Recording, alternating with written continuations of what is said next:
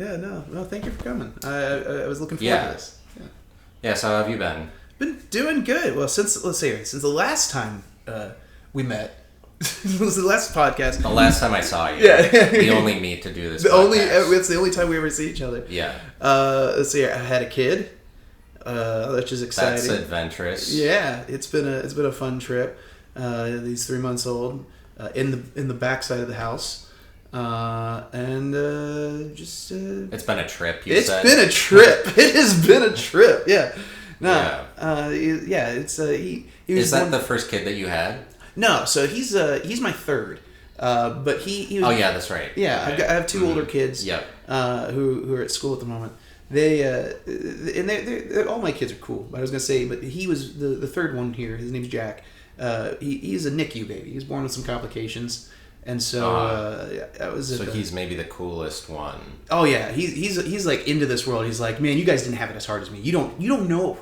He's gonna be able to do that the rest of his life.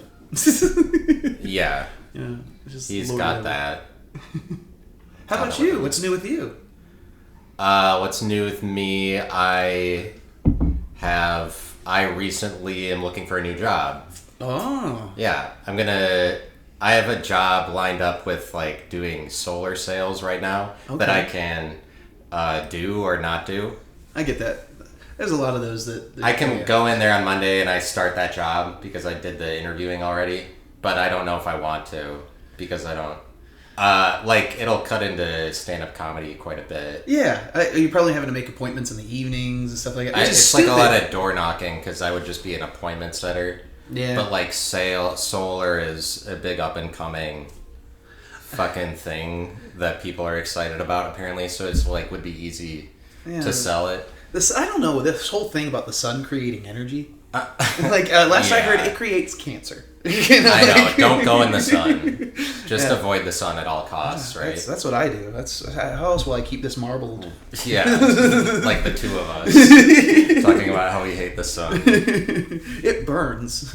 I know, you don't know what it's gonna do or how it's gonna affect you, but like skin cancer isn't that bad. Is what I hear. Yeah, I don't know what the whole hubbub is. Yeah, well, like skin cancer is one of the like benign ones, where it's like you wouldn't, whatever, from the sun. But I've heard that it's like really good for you. Like it's really healthy to go out in the sun. But for years and years, they're like marketing it as that it's bad because you'll like get skin cancer. Oh, so it's the reverse. Yeah. Yeah. So like you got. No, it's like really healthy to be in the sun. Is what I hear. Man. That's why we're inside today. Is that why I feel so bad all the time? I know. Right. I'm never in the sun. I'm gonna blame it on the sun at least. That's why I feel so bad. Yeah, the sun makes me feel like shit. Yeah. That damn sun. When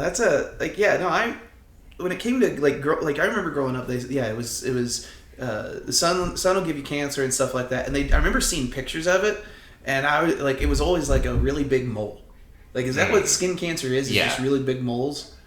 Like that's all you need to worry about is that it just makes you look ugly. Oh yeah, because you got moles. Yeah, I feel that's what's bad about cancer. I think it just makes you holy moly. Yeah, that's why they make those beautiful giant hospitals or like new buildings now. It's just to take care of those moles. Are they like hairy moles? Like is cancerous moles hairy? Is that how Bigfoot came to be? He's just like an escaped cancer. Yeah, he's just a big mole. He's just a giant mole man. It was a regular guy, and then he just started to grow all kinds of extra shit because of radiation. I think that big feet are, and you could call them that, I would wager. Yeah. Big feet, but nobody says that. I think that they are like real people. I don't know I feel like we might have even said this on the last one. But maybe not. I think that they're real people in the woods. Or like that are just like homeless? Yeah. Like they're just like inbred people that have been in the woods for generations. That they're kind of like partially people, but they just got like hair all over them. Like Appalachia kind of. Honestly, yeah. I think that that's what Bigfoot is. There's like weird partial human things that live in the woods. Yeah, they're mostly human, but not quite. That terrorize people, and those stories get brushed under the rug. And I'm pretty sure that is just Appalachian people. I'm from Appalachia-ish. But it's like somebody sees a Bigfoot, they saw like a hairy man that permanently lives in the woods. Yeah, I think it's what it is. That makes sense. There's actually, and I think that yeah. So there's apparently some guy here in the south side of Columbus who claims to like commune with Bigfoot or Bigfoot. Really? And that they're invisible. Mm. Yeah, and like I saw Andrew Callahan, the Channel 5 All Gas and Bricks guy, interviewed him, and I was like, shout out, he was in Columbus, cool. But like, part of me was just like, I want to commune with invisible Bigfoot. Yeah, he has an inside track for some reason. I wonder if he's like Spider-Man or like Peter Parker to Spider-Man. Yeah, he's not got a spidey sense. He is the thing. He is pretty hairy, but he's not real tall. Maybe it's just like he's projecting or whatever he's talking about. He said I think his is a female. Or it's an alter ego of his. Yeah. Oh, that would be fascinating. Because, if I remember correctly, he says his is a female, and, like, that they've even had relations. Okay. Which he has, and then, I could be completely wrong on this, he himself has a human partner who also communes with the Bigfoot, and her Bigfoot that talks to her is a male. Okay. So they both have an opposite sex Bigfoot that they get to fuck. Maybe they're just Bigfoot roleplay? Right? Like she is his Bigfoot and he is hers. Maybe they just fuck in the dark. Yeah. People, you gotta let them have their fun or whatever to make up their thing. I guess it's like being a furry or like or I guess like you're secretly gay but you can't like Bigfoots are just furries. Oh yeah. Oh that makes sense. Yeah. Yeah. The original furries for sure. Yeah. I think so. Like, okay, I know, like, we all think of, like, the original, like, that Bigfoot video where he's just like, and it's all blurry, and they've, like, no, like, if that's what Bigfoot is, do you think Chewbacca counts as a Bigfoot? Yeah. I don't know, because they're different builds. Like, are they the same species, or, like, I don't know. I'm sorry I asked this question. Yeah. You should be. Don't bring that up around. Don't bring that up around me. Don't bring up them Star Wars. It's kind of a sensitive topic. And I don't want to hear about Chewbacca because he's so like intimidating. Just like it's offensive to me. It's Chewbacca, or whatever. Yeah. It's like a different race that I'm offended by. Oh shoot, that would count. I think we were talking about Star Wars at the end of the first one that we did. That tracks. What's the Star Wars one that you like the most? Rogue One. Yeah. Is that the new I was going to say, the new show is, it literally... That's one of the new 3? Yeah, or not the newest 3, it's like one of the side stories. And it's because... It's not one of the, like, 9 episodes? Correct, yeah. So... When they started rolling out... That's pretty rogue of you. Me. I like it because it's... Are you a rogue? Is that what it is? I'm a Rage Against the Machine. I'm a rogue one. Do you like Rise Against? You know what I mean? How that's a different band? Yeah. I would rise against the System of a Down. I'm kind of more of a Rise Against guy, but only because I wasn't around for Rage Against the Machine. Rage Against the Machine is groovy, but it's also just like repetitive. Okay. It's just like, whoa. Oh, they're groovy? Yeah, they're groovy. I'll have to look into it. But they get into a groove, and they just... I imagine, like, seeing them live is amazing. You know, like... But it's one of those, like... When I used to play it on the radio, like, you would have, like, 3 Rage Against the Machine songs during, like, a 2-hour span. And oftentimes it was the same one. Bulls on Parade. Mm-hmm. Too much Rage Against. I can't Rage Against the Machine anymore, guys. I'm getting too old. Yeah, are they talking about Bert Kreischer? We go Rage Against Rage Bert. Against him. Yeah. I mean, he's kind of hateable. Yeah, like, put a shirt on. I'm not the first to say that. I'm not the first to say Yeah. Would you say you don't like Bert Kreischer? I feel like I don't. I think of my lack of, like, I don't pay attention to him enough anymore. Like, when he first came out, I was like, this is funny. It's a cool shit. But, like, I can't knock novelty, because that's my whole shtick, you know, with music comedy and all that. Yeah. But, like, at the same time, like, he's got his gravy train. Like, he's got it following. I can't, you know. Yeah. But he's also not, I don't feel like he's in my face all the time. He got a movie, right? Didn't he get like a movie? He got a movie called The Machine. Yeah. And that's just about him and the legend of him. Yeah. Because I guess his whole thing is that he went to Russia and drank for a few years in a row or something like that. Yeah. And then he created a legend around himself, and so that's interesting, even though he's not a very interesting or funny person, I wouldn't say. Yeah. Bert Kreischer. But he was able to create this myth where he's like, the important parts of his life exist in a different country, like Americans, so we don't know what happened. He just has this story. Yeah. No, I get that. I mean, okay, so people from Canada do this same thing when they're like, I'm from Canada, and they're like, then they come over to America. Yeah, they create a mythos. Like Mike Myers or Nardwuar or even The Weeknd, I would say, does a little bit. Like, people that are from Canada, they don't want it to get back to them that... It's like a lot of your thing is that you're from Canada and you're kind of like, we don't know what it was like you coming from there. Yeah. Whatever. It's a mysterious place. Our 51st state. Right, yeah. Well, you think this will release before or after it becomes a 51st state? I don't know. Isn't that wild? Do you think that that'll happen? I hope not. I hope it doesn't either. Where am I going to escape to? Sound like Where am I going to run to if it becomes part of the United States? Like, now Trump made it so that all those people that fled to Canada are now under his control again, or whatever. I don't think that they should, because they are their own culture by now. It's too late. There's too many French people. Yeah, that's gay, right? It's gay. America would reject that immediately. Mm-hmm. According to facts, like factually, just it's truth. Yeah, I want America to play them in hockey and stuff. Like it's good to have Canada just for the hockey team. Oh yeah, no, I love hockey. I love Canada for their comedy, like Second City and all that stuff. Like, I'm a huge fan of. Like Second City originates there. Yeah. I think it's Toronto. I think Second City may have originated in Chicago or something. I don't remember where at it. But they have a Second City in Toronto. Yeah, and so that's where we get Dan Aykroyd, John Candy, Rick Moranis, all of those guys. Yep, they have a lot of people that are funny. Yeah, those are the people I grew up with. I love that stuff.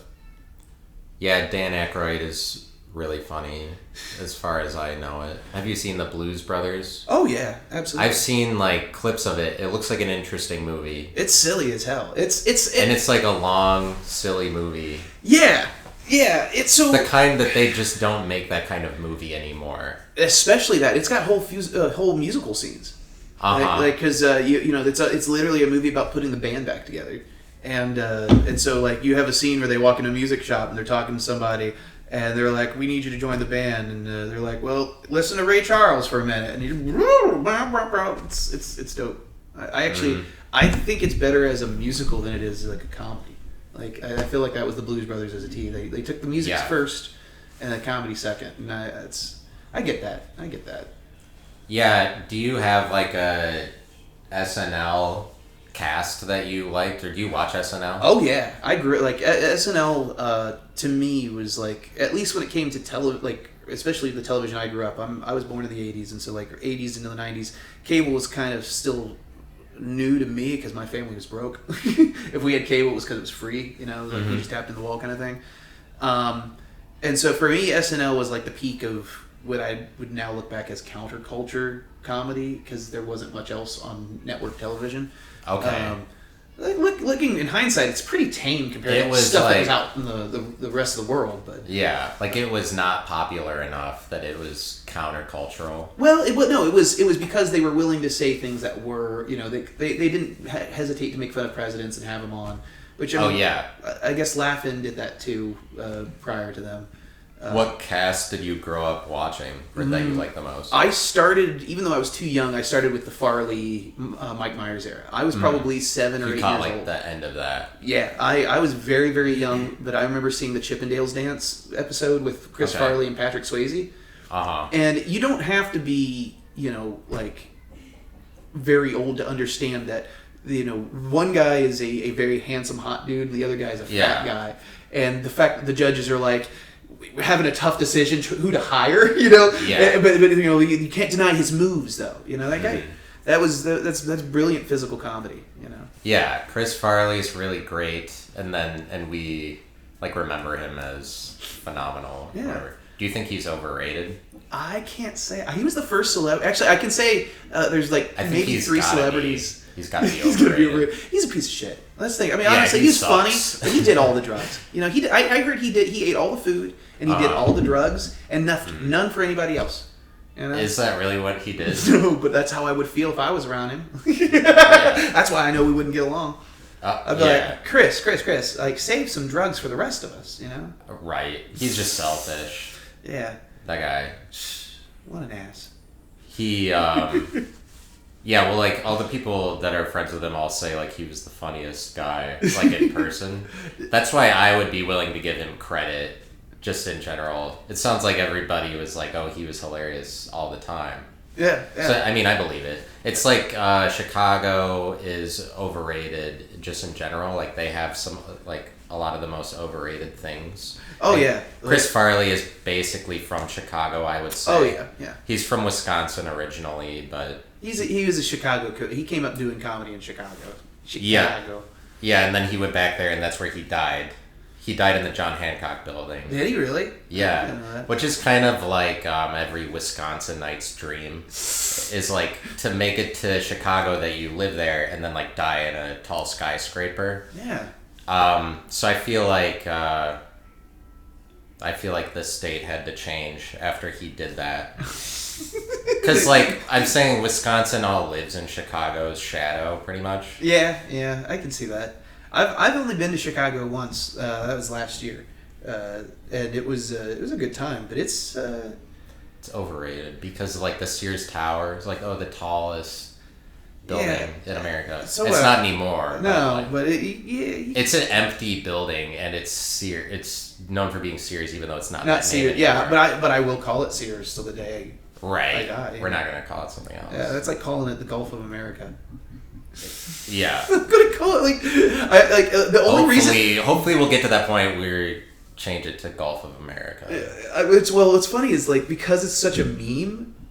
I hear everybody call it that now.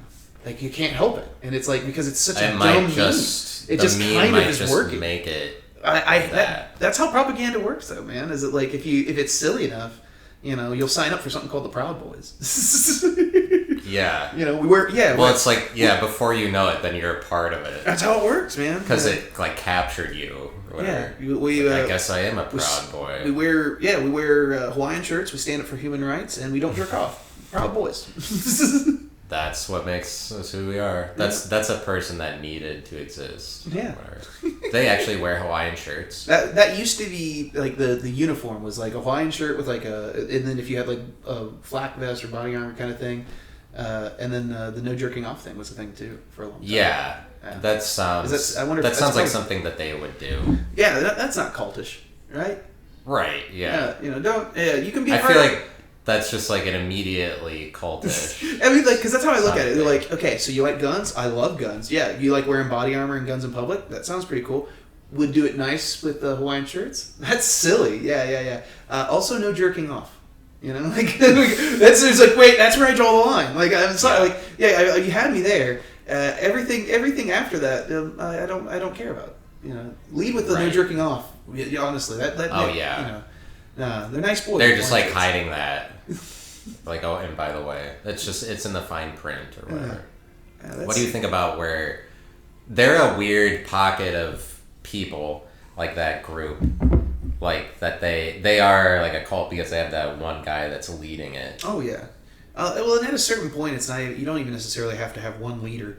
It's more because you can start with a leader or whatever. In this case, they had a guy, but it's really just the behavior control more than anything, or like behavior, information, time and emotions. Like they tell you how to feel, they tell you how to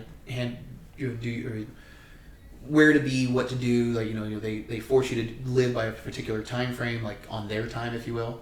Yeah. That way, it's a sense of they own you. I'm going through this backward. Information. I wonder what the benefit is for them to be a Proud Boy. I mean, you get to be a part of that group, and they look out for you. Well, it's not even that they look out for you. It's you just feel like you're part of something. It's why Trump was so successful. Yeah. Like honestly, when they talk about identity politics, a lot of the people who worship him, because that's what they do. They identify as him. They don't see it as that. They but identify as anything that happens to him, they take it personal because it's their identity that's being attacked. Well, he does it better than all of them. Yeah. He's like them, but he does it better. Yeah, they're like, if ideally that would be in their me. mind, he's the best of us. But they also, if he starts to fail, they can't admit that either because they don't want to. They can't admit that they're wrong. Because he wouldn't do that. Yeah, well, he has a way of talking that's independent from mostly anything that we've heard, like kind of the sense of humor that he has, and just like the voice that he puts on. There's nobody else doing that, and so like a lot of people don't. I mean, a lot of people would have the ability to, even if they were in the public spotlight, they would probably just sound like somebody else. But like Trump just sounds like Trump sounds like a children's television character, but like just all ego. Like like in reality, if you like, there's always like that bad kid or bully kid. Heck, Sesame Street had a character that was straight up a version of Trump back in the '80s. Played by Joe Pesci. Like it was Trump. I think they called him Donald Grump. Yeah, and he was buying up Sesame Street to replace it with high-rise housing and stuff like that. Oh, okay. It was I just saw it with Jack not too long. They found him out. Yeah. They nailed. We should have been listening to Sesame Street. Well, and that's why he wants to get rid of Sesame Street. You hear that he I didn't hear about that. He had. That's got to be like he should have done. He's that a day super one. villain. Yeah. Well, he tried to, and they were like, "Hold off on Sesame Street," Yeah, it's like that's got to go. He hates it or whatever. He's probably remembers back to when they called him out in the '80s. Probably. I mean, like if there's one thing that he says, he's got the most amazing memory.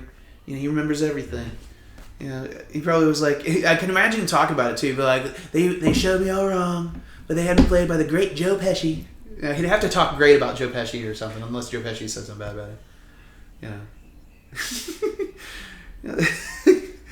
it. So the Proud Boys are like, a question that I think about is like pride and humility. I think that we don't need it.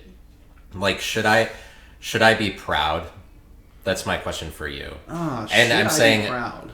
Should I be proud of anything that you know that I've done? Should I be proud? I don't think so. So this is okay. Proud and pride. I feel like they sound like they should be the same thing, but they're not. You know what I mean? There's a difference between being proud and then taking pride. I think. Proud of what we do. What Should I be proud of anything I did? No. As a matter of fact, like what a lot of what I do was what would be seen as very pornographic by some. And if you especially shouldn't be proud. I shouldn't be proud. Do I take pride in what I do? Oh hell yeah! And do I take pride in what you do because you put out more effort than a lot of comics that I know. You've got You have a podcast that you're working on and things like that. You have little side projects. Pride is kind of a sobering reminder. Maybe something I wouldn't want to get into. But it's like that and the other side of it is humility.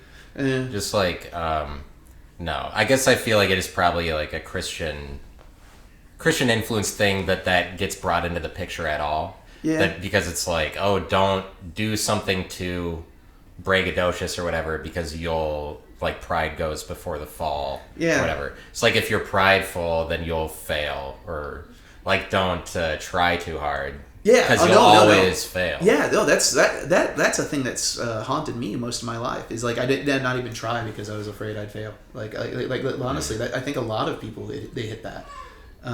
It's like you have to worry about humility. Whatever. I feel like just avoid that whole dynamic. Pride and humility. Then you get rid of shame. Because if you don't have those, you don't need shame. Forget shame. Forget shame. Yeah, no, shame is dangerous. Like people are like, well, you know, some things are shameful. Mm-hmm. I think your shame is shameful. Oh, I know. Yeah. Yeah. I don't know that tolerate that. Yeah, that's interesting. I don't even know that. I mean, I hadn't thought about getting rid of shame. Yeah. Well, I've thought about it because there's kink shaming, right? And people say, don't shame my kink. There's a lot of kinks. There's some kinks that I feel like need shaming. Right. You know, like... Yeah. Like, I was with a person one time who like, we were in the throes of, like fooling around and shit like that, and they were just like, I want you to talk to me like a deaf person. Mm. Yeah.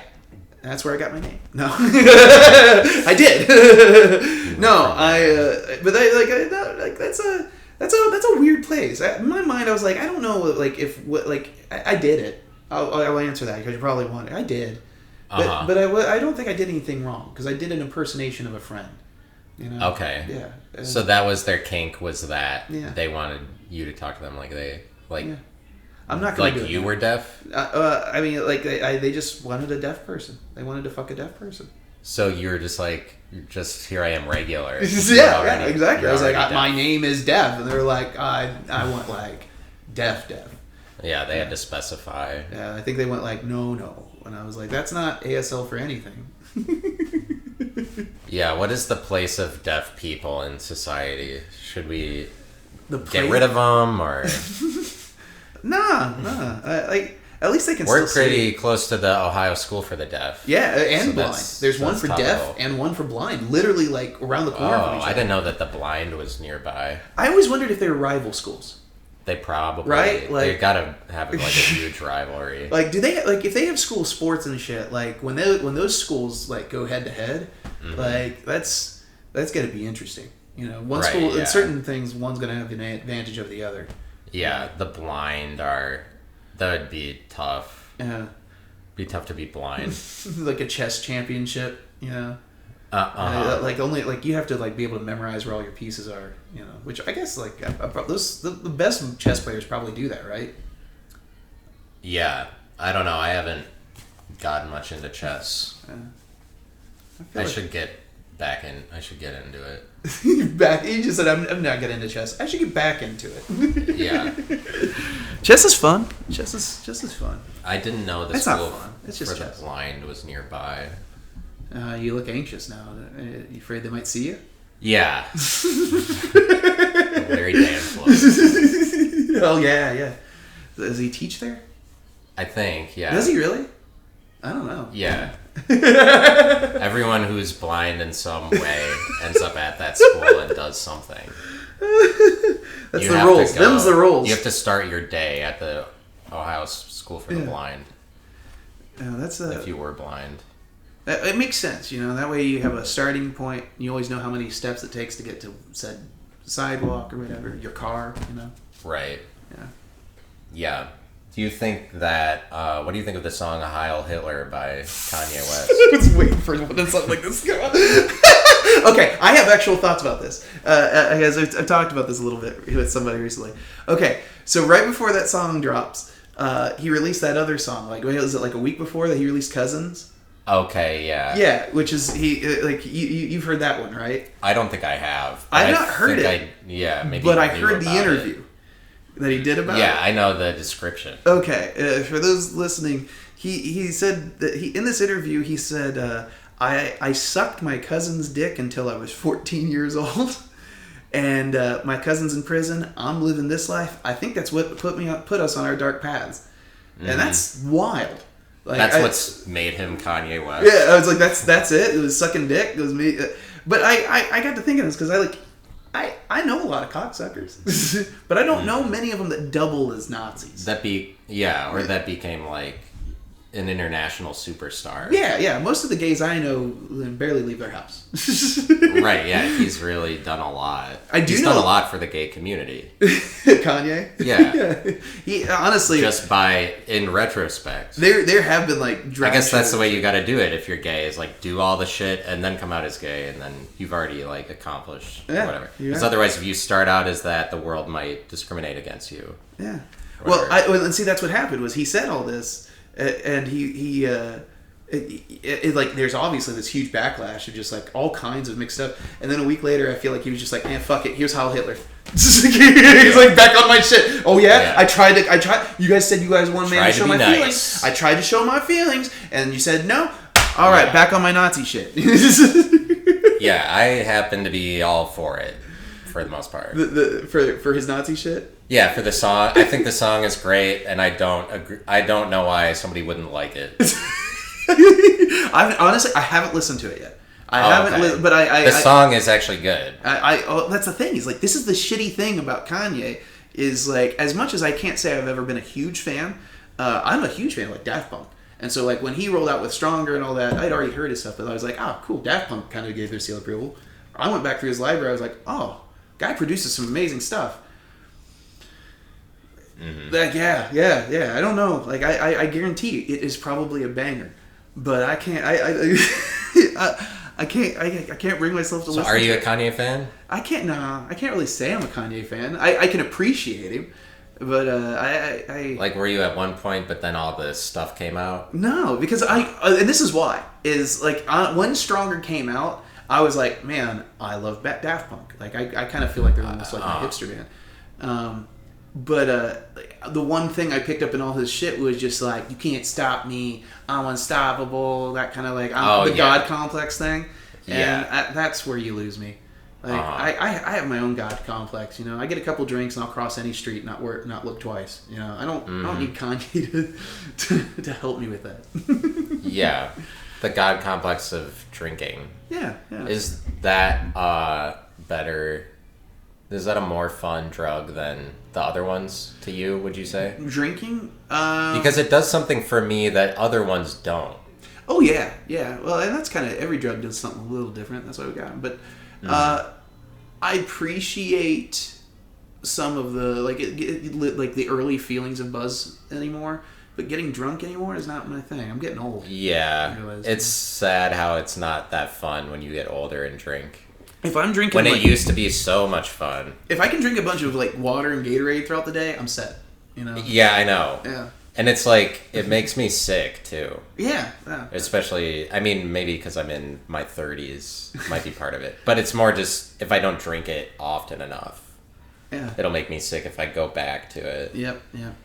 It's annoying to, like, waste a whole half a day after drinking the night before. Mm-hmm. No, and that's... I was telling somebody, I was like, I'm not drinking as much, and so my poops are more solid. But that's actually been pleasurable. You know, you'd think, you'd think that, like, you know, it's great to do a really good shit. Yeah, like it's almost like it's you know when it's been wet for so long, it doesn't tickle That's the prostate. something that I'm proud of.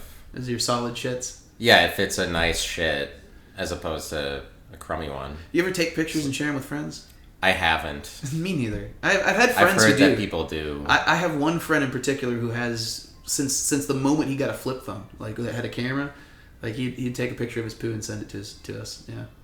Was that enjoyable? It's funny, like, the first time. Like, especially on those phones, it's so pixelated and shit. Now, like, he sends them in emails. And so it's, like, a 4K, like, high-res picture. Like, you could have texted it, too, where it would have been stuck on my small screen. Still gross.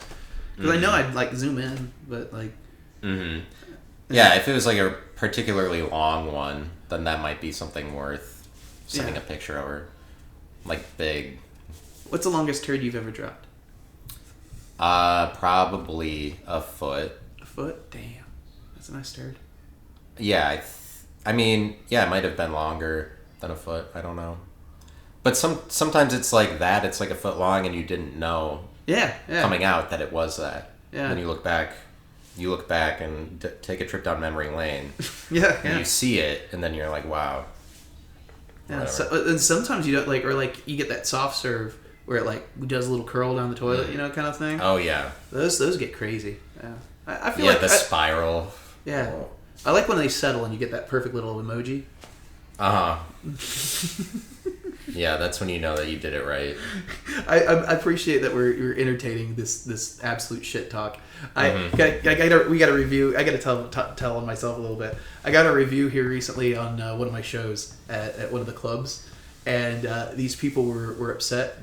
They said they came out for an anniversary date night to the late night show, and that it was filled with nothing but poop and jizz jokes. Oh no. Like, that's my brand. And people were like, that's childish. I was like, I know, like that's like, yeah, Def Goldblum's for the children. Yeah, well, what did you expect? Like, stand-up comedy, you go into thinking, I'm not going to get any of that. Yeah, no, like I no, there's clean comics out there and stuff, but yeah, this what got me though was like they were upset, like they were like, and then one stand-up comedy nowadays is kind of like a big crapshoot anyway. Yeah. Yeah, although so it's, I mean, like, you're getting shit from the other people that aren't talking about shit. Yeah. Yeah. Yeah, you got a lot of shit jokes from everyone, probably. Oh yeah, no, it's the shit jokes are the way to go. Everybody poops. If you can't laugh at a poop joke, you need to look in the mirror more. You need to look at your poops. I bet if you don't laugh at do both. Yeah, yeah. Just look at how everything. well do you know your poop? Folks, I want you to look in the camera here right now. I want you to look deep inside yourself, deep down in the bowels. Oh, here we go. And next time you sat down to take a poop, remember what that means to you. You know what you've been through to create. Find meaning in it. Yeah, that's same as creation. like the Germans would, because the Germans will diversify the way that they look at poop because they like it so much. The different facets of poop. Yeah, I hear that they like it a lot. Have you heard about that? Actually, yeah, that's right. There's like a German scat thing. Like there's a scat scene. I wonder if Hitler did. Probably. He had some shitty jokes too. too. He was all hopped up on like meth and like and shit like that. So he's probably like, Ava, I want you to shit on my chest. You know, like I could imagine that, except with like a little mustache. You know. Yeah. Yeah, he was just like one of us at the end of the day. Yeah. Like, he was just one of the boys, one of the guys. They didn't want to get a little poop in their stash. Sure, yeah. He probably crack open a beer with us and sit down and have fun on our podcast. Back that ice up, honey. I'm gonna eat it. I'm gonna take a little bit with you later. Yeah. He got into all kinds of normal stuff. All kinds of normal stuff. Mm-hmm. So you're not so much a Kanye fan, or? Like I said, like I can appreciate his music, but I don't know. I feel like he needs help. He was pretty big, and he was from Chicago also. That's right. Yeah. He's like overrated. But what I was saying about overrated was a point about how it's not really bad necessarily. Like Chicago's overrated. But it's still good. It's because they've got a lot of big things like Kanye West. Kanye West is overrated, but that doesn't mean he's not. He's not bad. Yeah. I guess he's. It's like the greatest or whatever. Yeah. He would disagree with you on that. He would say what? He's the greatest. Well, that's what I am saying. Like, he is something like the greatest. Right? Yeah. That's overrated about it. Same as Michael Jordan. The Bulls. It's overrated, but it's like they won 6 championships. Yeah, in the 90s. Overrated, but and I love music. But every time I hear that boop, boop, boop, boop, boop, boop, boop, boop, boop, that song that they used to walk out to, that's what I think of. I think of like the lights going low, and you know, this is your Chicago Bulls, you know, and they all came out to that shit. Like his I like going to NBA games and they do that where they like turn the lights off and then announce the lineup. Yeah, it's cool. Seems like a really big event. It gets everybody hyped. Yeah, it's definitely like fits the NBA or whatever. Like, that's what they should be doing. They should. Do they do that in the WNBA? Yeah, they should. If they don't, like, they're missing out. like they probably should. Yeah, get them hyped for that. They shouldn't not do it just because they're not as big of stars or whatever. No, I think that would make them bigger stars, you know? Yeah, probably. I wonder if they still do that in the NBA. I haven't been to an NBA game in a while. If they still do that just in a regular game where they turn all the lights off and announce the lineup. I wonder if they do that every game. Yeah, or if they just do that in the playoffs. I don't think I've ever been to an NBA game. I've been to college basketball. I grew up in Kentucky. Oh, okay. I love college basketball, like UK games. I used to go to those all the time. Okay. Do you watch March Madness? Used to. This particular March, I had a newborn. You faded away from it. Yeah, just honestly over the last couple of years. That's one of those, like, before sports betting was a thing. Like, like that was like that was something I'd pitch in on, like the bracket and stuff like that.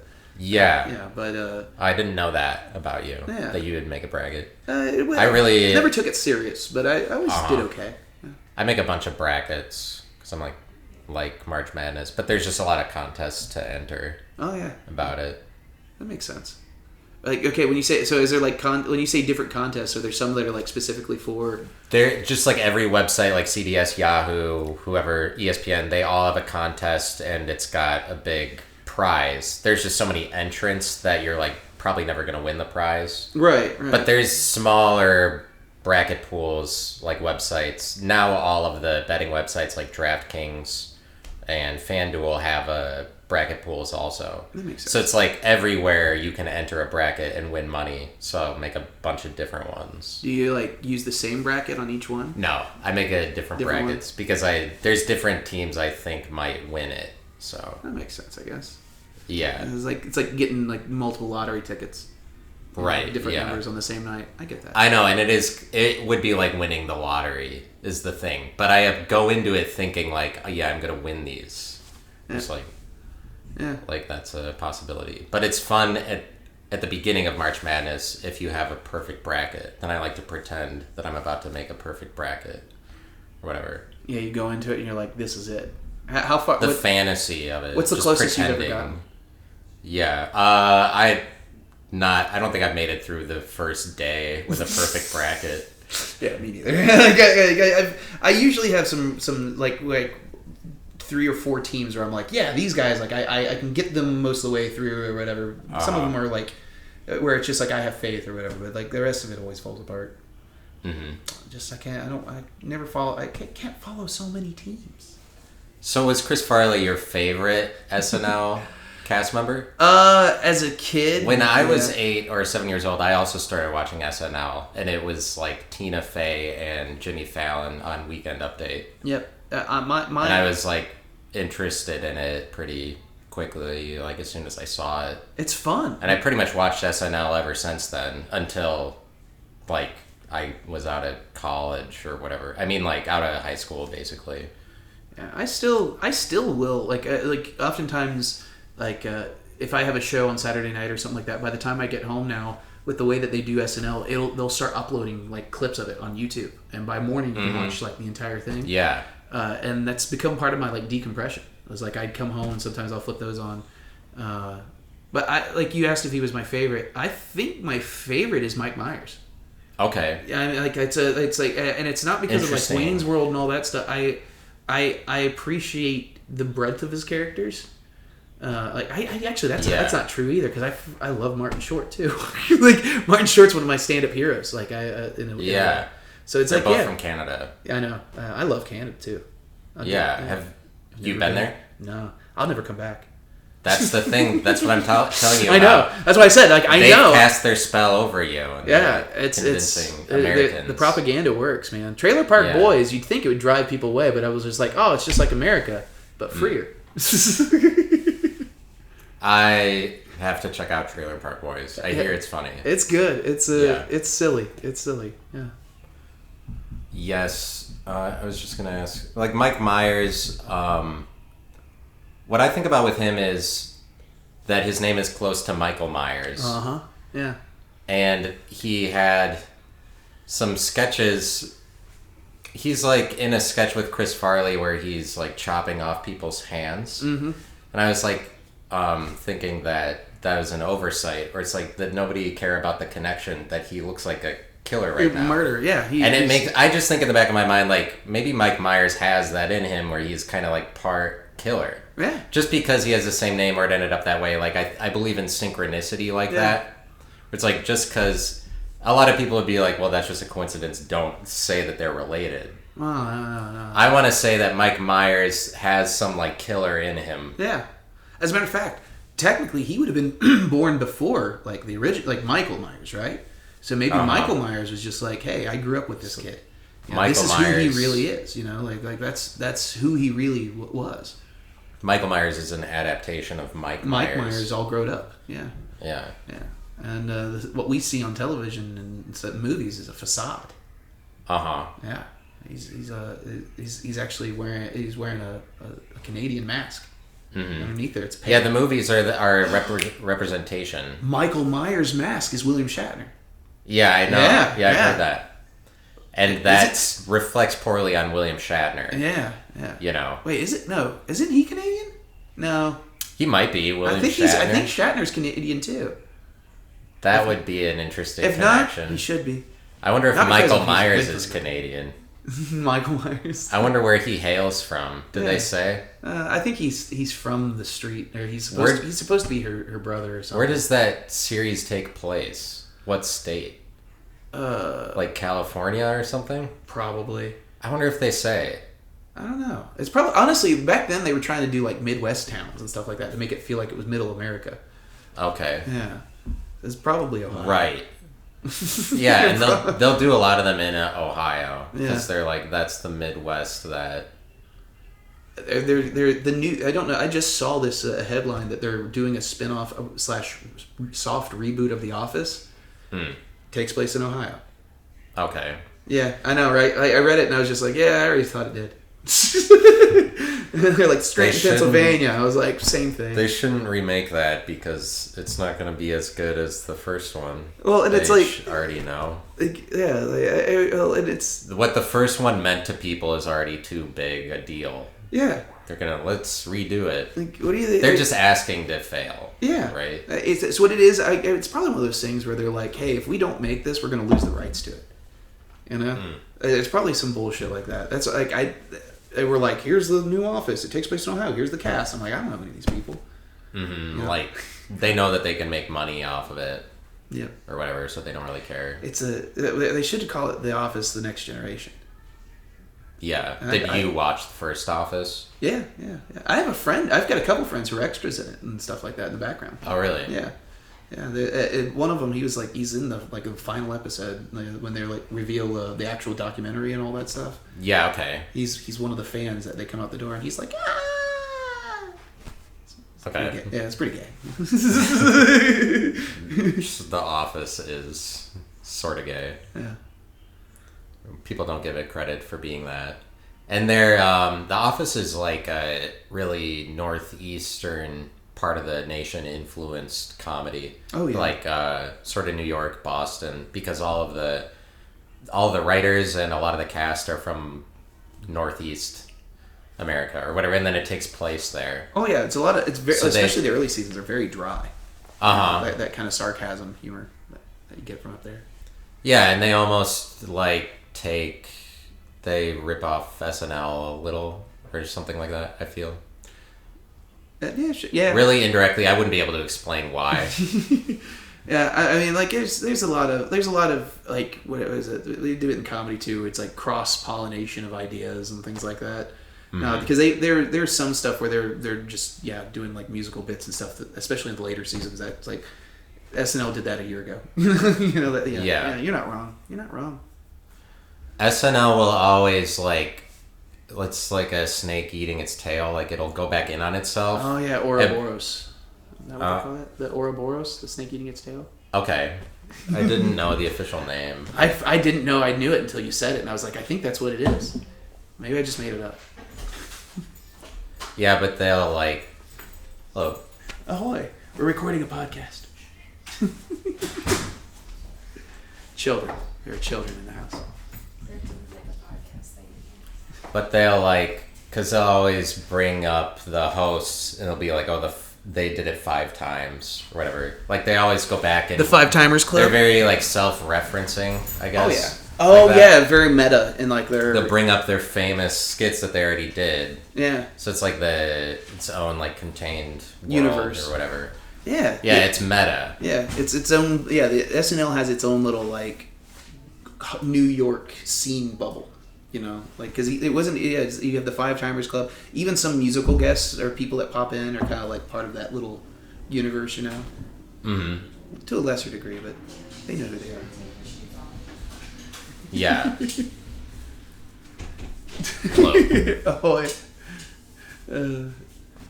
But yeah, no, yeah, The Office was like one of the shows like right around when it came out. Yeah, did you watch like every episode? I think I've seen every episode. My ex-wife was one of those people that was her comfort show. She put it on in the background kind of thing. Mm-hmm. Yeah. Yeah, it's kind of a comforting show because of like they always have the security of the office to return to. That's weird, right? Yeah, when like every character that tries to leave the office, they like get pulled back in. They learn their lesson that like, well, you have to. The office is where you have the safety and money or whatever. It's like a mess. The whole show is just a big message about safety. You can never leave. It reminds me of the Christian church or something. Yeah. It's a cult. It's like you leave that, you won't have the safety and security that you would have with the church. It's hard to find. I mean, you kind of have to make your own security if you're gonna not go a religious route. Yeah, everybody who aspires in that usually gets knocked back down. It's a show that tells you to appreciate what you have. Stay where you are. Don't ask for more. No, I'm just kidding. Right, yeah. Yeah, know your place. That kind of show. Yeah, like it's hard to go out on your own and that you have to make your own, like be engineer or whatever, like computer engineer. And then you gotta establish your own standards out in the world, like make your own money. Yeah. I think honestly that should be encouraged. I think more people should work for themselves. You know what I mean? I guess I'm saying that in contrast to like a Christian person where like that's their job. It's like for Christians they kind of want to make it that's a job. Yeah. For you. It's like something you do professionally. So like if that's the most important thing to you or whatever, because it's supposed to be, it like becomes a job. It becomes ish. You know, it's a proclaim until you're like, all right, I've told everybody kind of thing. But like, I don't know. It shouldn't be. It's supposed to be a job, but you're also not supposed to make money from it. You know what I mean? And like that sounds like communism to me. Yeah, it's pretty communist. This is dirty. That's dirty. That's why I'm thankful here in America we pay for our Jesus. You know? You don't even have to read the book. You just pay someone else and they read it for you. I appreciate that. Oh, that's just the preachers and stuff like that. I don't have to read. Yeah, the Bible. don't read your own books. They'll tell me what's in there. I can appreciate that. Like that's a very American thing, is paying other people to do something for you and you get to claim credit for it. And that's how I view church. It's like I don't actually have to do the work. I'm paying that guy to do it for me. Yeah. Okay. Yeah. And the more money he has, the more the better at it he does. And the closer to God he is, because I know he's praying for so many people. Yeah. Like, what was the kind of church that you were in? Oh, Jehovah's Witnesses. It was okay. All the money went to a group known as the governing body. The Jehovah's Witness organization is a printing company that became a religion. They're like, oh man, we're making all these religious tracts and these people are reading them. We might as well just spin off of Christianity ourselves and keep all the money. And the guy who owned the printing company did that. And now they're a spin-off of Christianity. What Christianity group ain't? Right, yeah. Which is funny. It's like the Catholics are the originals. Right. Supposedly. That's what they claim. That's what they claim. But that's one of those things with technically with every iteration of Christianity, isn't it like just further away from God? Yeah, I mean, right? It's just getting more and more like adulterated. It's either getting further away, or every time there's a new one, they're getting closer. They're getting more secular, probably. It's a slippery slope. Yeah, I'm holding off on Christianity until one of them gets close enough that they got it right. I don't want to go for I don't want to jump on the new one and it'd be That's what I'm holding off on, just for life, just for like whoever has the best interpretation of how things are supposed to go.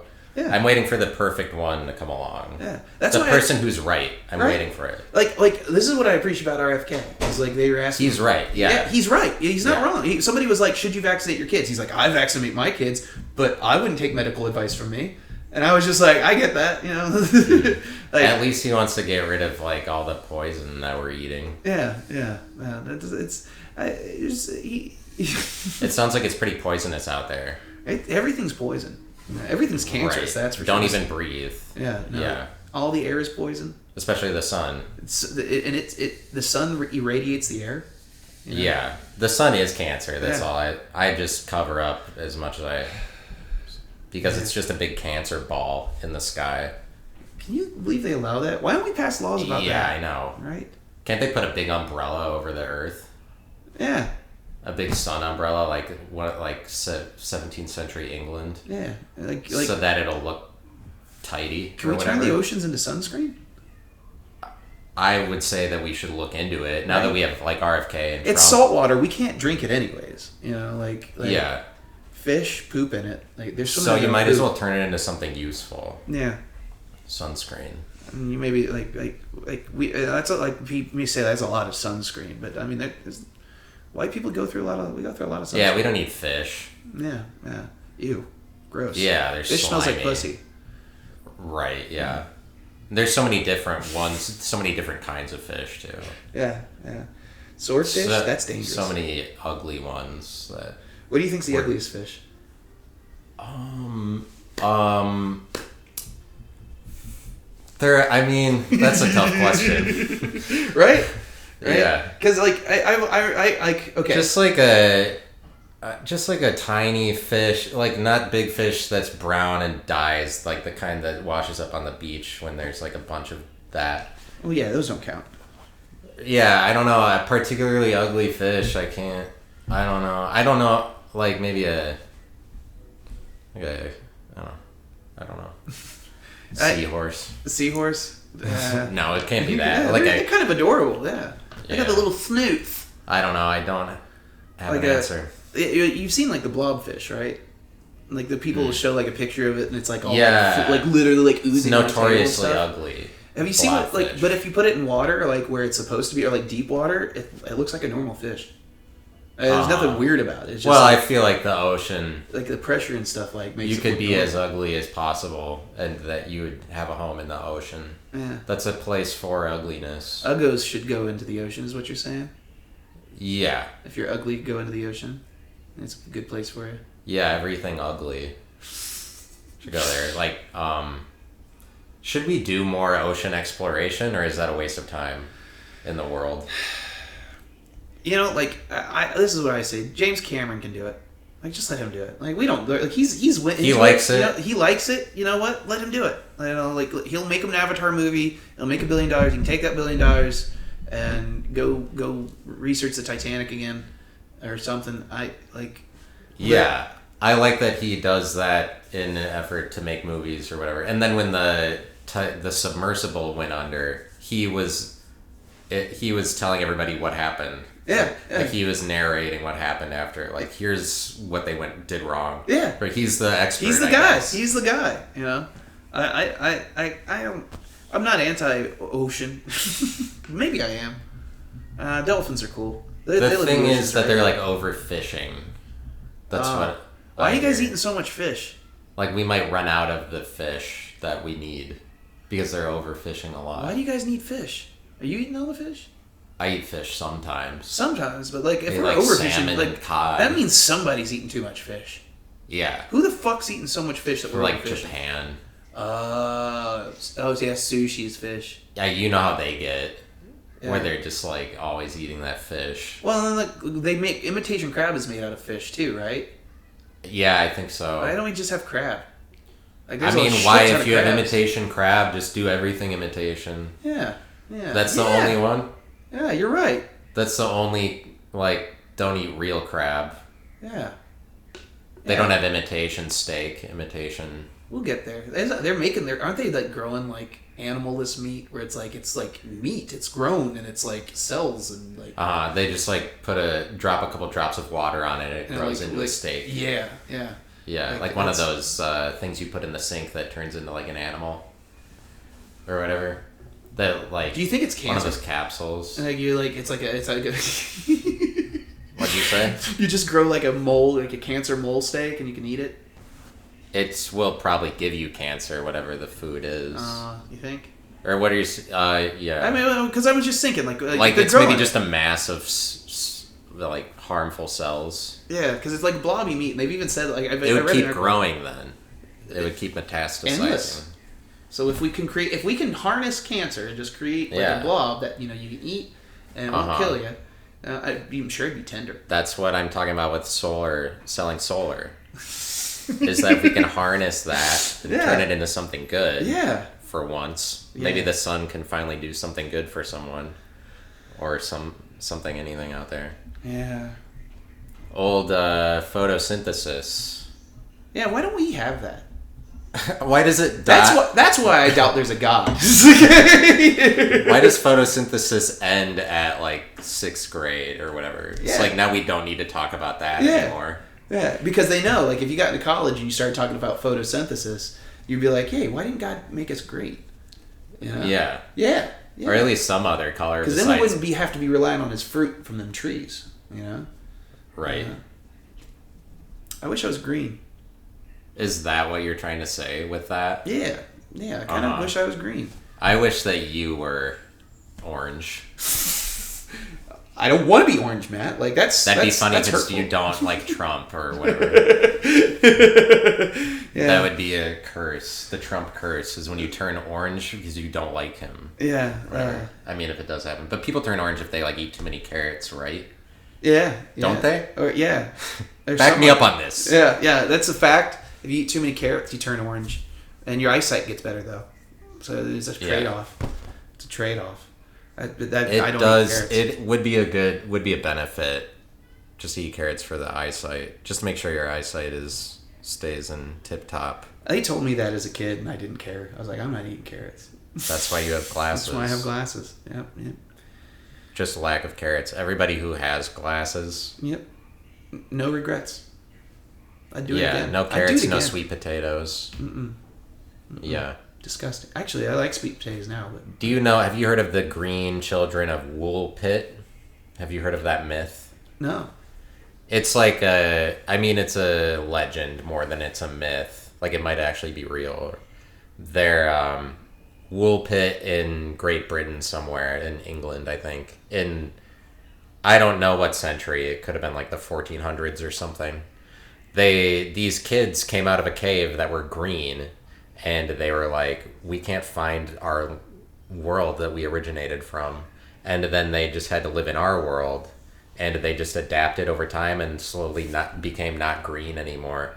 Interesting. They came out of a cave and they described to the residents we were following a light out of our world. And then we ended up in this cave. And then we just walked out of it and ended up in Britain or whatever. It's it's just one of those... Yeah, interesting tales, but there's historical records. There's people who survived it. So the residents said for years that actually happened. Yeah, are there descendants?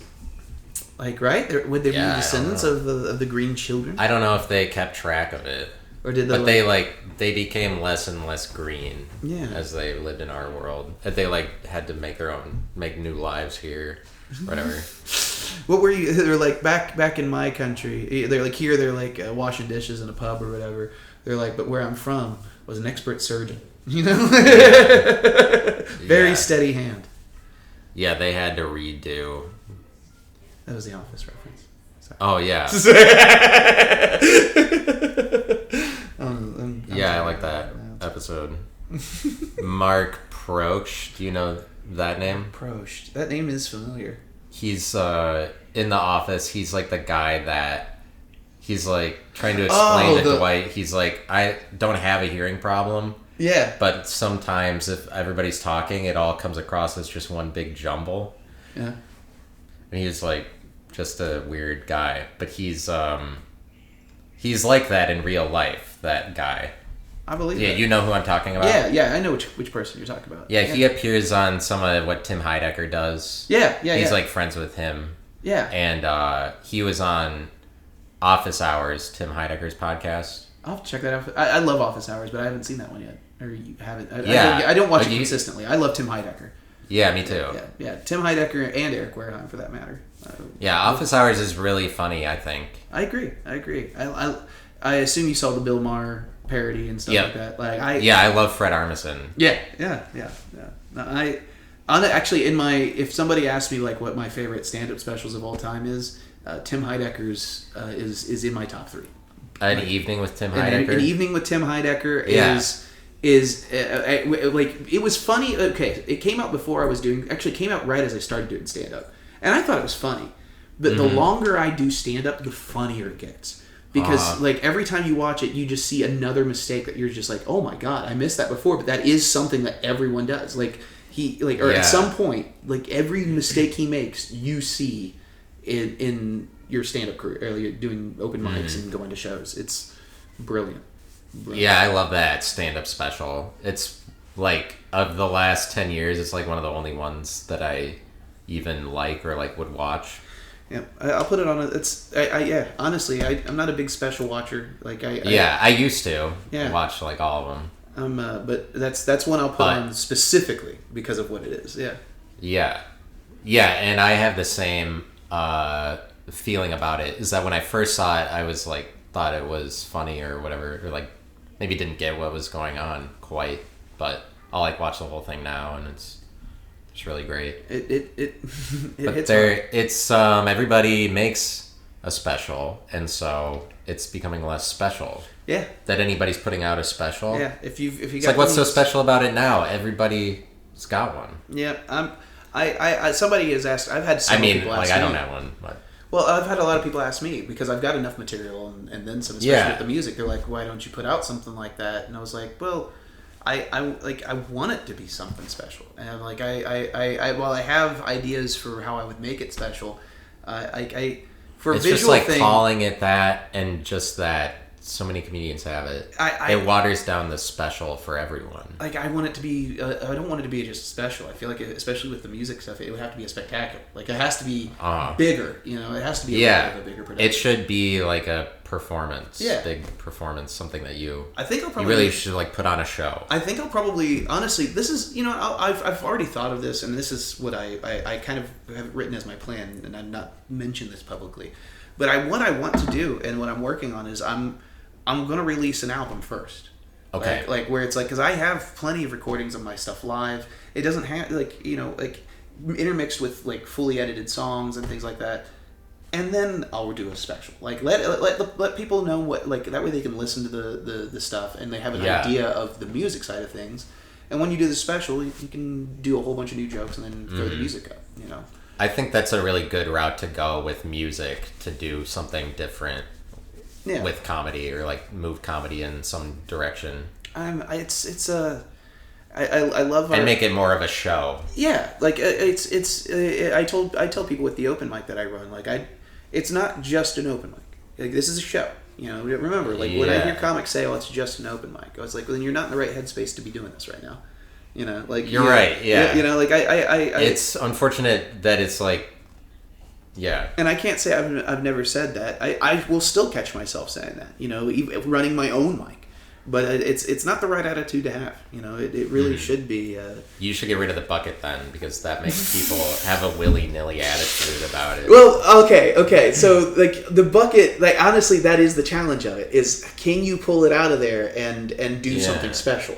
And so, like, right, it can enhance it in a lot of cases. And with those, because I do a bucket show too. I have a show at the Attic every month where we pull names from bucket. We also do bucket prompts, and anybody can join in on it.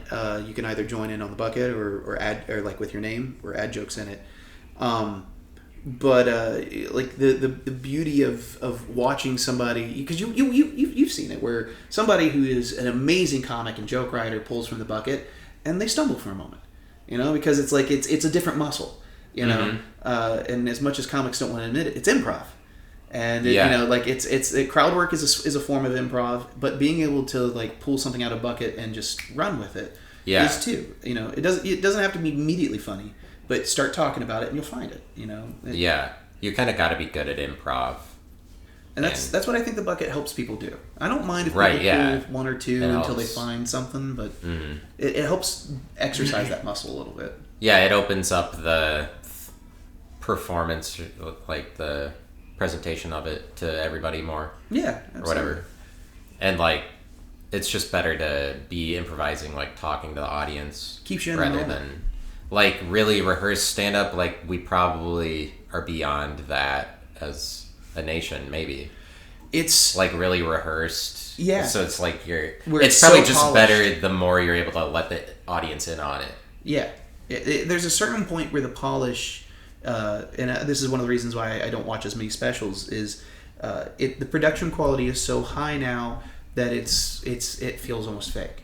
You know, you can hear when a comic is telling a joke and they're almost going through the routine, because that's what it is. It is a routine. Mm-hmm. I feel like when you notice that about yourself, it's like, okay, it's time to not tell that for a couple nights, or I need to take a break or something and talk about something else, because this is a little too. It's when you can tell the joke without looking, if you will. You can autopilot the joke. Mm. Yeah, you're probably not performing it at your best. Yeah. And a lot of the biggest stand-ups, when they record their special, they'll do it over like 2 nights, and then that's the other thing I notice is when I watch a special, like when it cuts the audience, I can't help but notice the people in the first few rows, kind of thing, because if I'm a comic, I'm watching those people and stuff. And so when it cuts to them, and it cuts to the comic, and it cuts the audience, and it cuts the comic, says a joke, and it cuts back to that same section of the audience, and it's different people.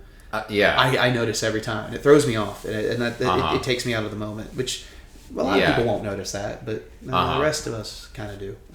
Yeah, so then over time you watch fewer and fewer specials just because of that thing will take you out of it. Yeah, it's like it's movie people. I know film people kind of get the same way with some movies, where it's like, I turned it off because the editing was throwing me off. Yeah, I've kind of gotten that way just with movies overall. Yeah, it's like at some point I'm like, it's all just a cut together thing, like produced thing. Yeah. So like I kind of stopped watching movies for the most part. Yep. The last ones I watch are horror.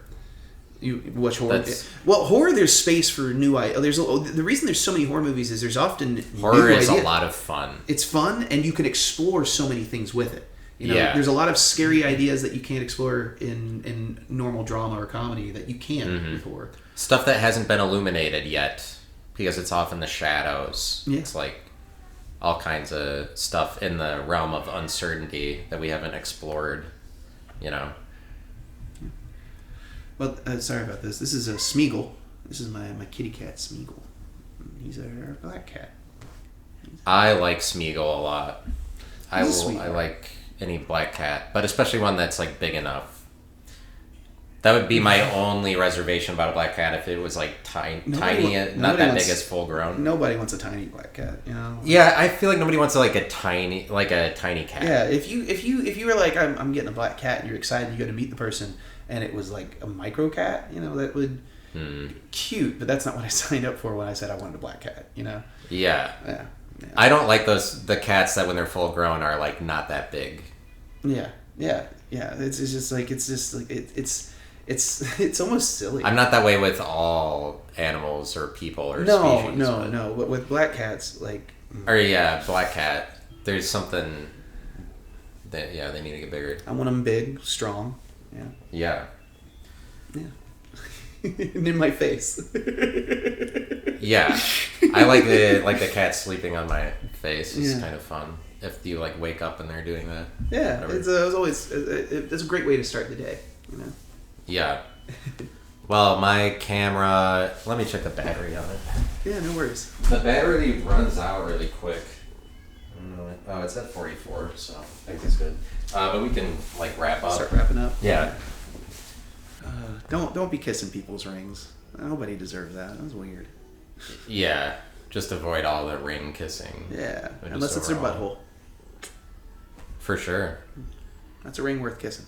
On that note, we must end. See ya. Thanks for being here. Bye.